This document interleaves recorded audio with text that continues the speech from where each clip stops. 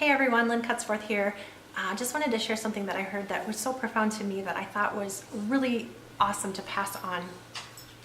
I think we may not want to admit it at times, but most of us, maybe all of us, there's probably a few that don't, but most of us do worry about what other people think of us. We let discouragement and comments and criticism dictate how we go forward sometimes in areas. I know I have been stalled out many times by not feeling validated or credible in the eyes of others.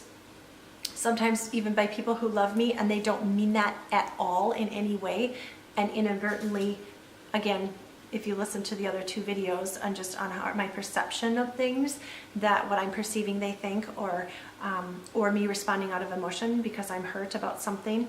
And but I mean, we are oftentimes great sabotagers of our own dreams, and I feel like I'm a good example because I cannot put exactly right now, at least into a nice little box of what I do and where I'm going forward. But I know that God is calling me to things, and if I had to say it in one sentence, it is share your story.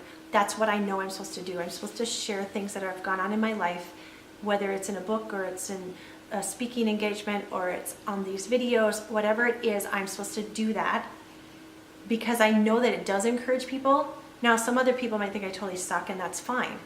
But the thing that I heard today, not today, but I've been kind of pondering, and I've heard it a couple times now through Rachel Hollis, is the author, and she's the podcast I was listening to, but she's like, don't let the people who are in the cheap seats of your life let their opinion dictate how you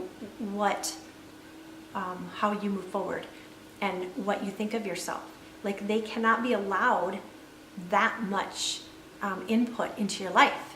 And I'm like, oh my gosh, that is huge. That's huge. And I feel like everyone in this earth is called to something very important.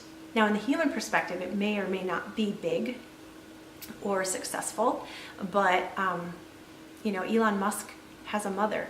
I don't know what she did. I don't know anything about her, but just the fact that she was his mother was a high calling because she created this, this productive person to go on and do great, great things. Bill Gates, his mother, I just think if you're a mom, a stay-at-home mom, or if you're a school teacher, oh my gosh, seriously, thank you to all the school teachers in the world. If you have a passion for, different organizations to help children or to help needy people or, just anything. It's not the doctors and the lawyers and the super successful businessmen or the people that are in Congress. Thank you for all of that. But jobs big or small, we are all called to different things, and we have to own it and be confident in what we're called to do, and not let anybody else deter us from what we are supposed to do. So this is one of the things I feel like I'm supposed to be doing. I actually argued about it for many years, and I'm finally going to just do it. And there'll be people that are good with it and people that aren't, but I just want to encourage you, if there's something that you just feel that's been on your heart for a long time that you want to accomplish in your life, is to start truly believing in yourself, that if it's a dream that you have, then start moving towards how do you create that dream into reality, and how do you make something happen for yourself.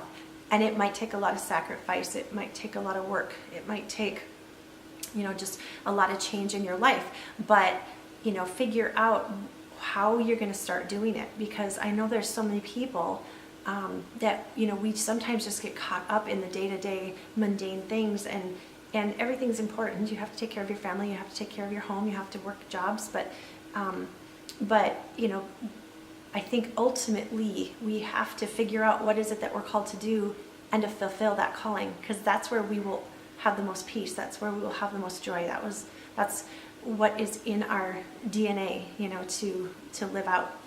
So I hope that encourages somebody, and let me know if it does, and if it rings a bell for you today. Sometimes the timing of things, I've just noticed when I'm especially when I'm praying about something, do I move forward in something? And then I'll hear from somebody else, or I'll read something, or I'll see something on Facebook, or I'll hear from a friend or a family member, and it's like it just confirms and cements the idea of, oh yeah, this is right, this is how to move forward. So if that's you today, let me know, because I'm just curious if that makes sense for you. But I know for myself, I'm just trying to move forward in the things that I'm called to do, and it doesn't always make sense to the rest of the world, but go for it anyway. And eventually, if you don't quit, you see the fruit of your labor. So God bless you all. Hope you have a great day. Take care.